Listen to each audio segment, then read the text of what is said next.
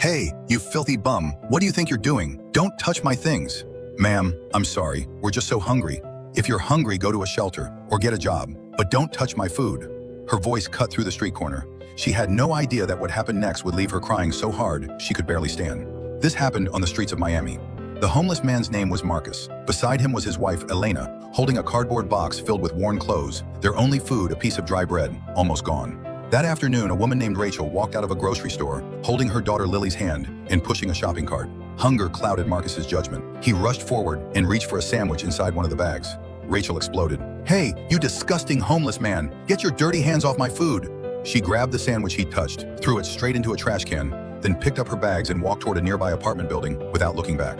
That evening, Lily quietly carried a bag of hot food from her apartment and returned to the same street corner. She placed the food into the homeless couple's hands. "Uncle, Auntie, I'm sorry my mom was so mean today," she said softly. "This is for you." Elena's eyes filled with tears. "Thank you, sweetheart." Lily smiled and ran off. Marcus and Elena watched her carefully until they saw her safely enter the old apartment building. Only then did they sit down and eat the warm food.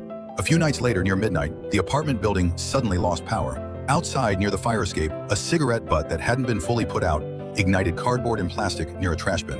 Sleeping in the alley beside the building, Marcus and Elena suddenly smelled thick smoke.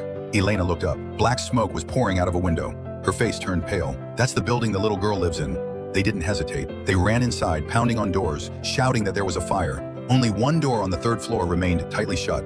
Marcus kicked it open. Smoke filled the room. Lily was coughing violently near the couch, unable to cry anymore. Rachel was barely conscious. Marcus grabbed Lily and ran downstairs. Elena dragged Rachel behind him, yelling for neighbors to call 911.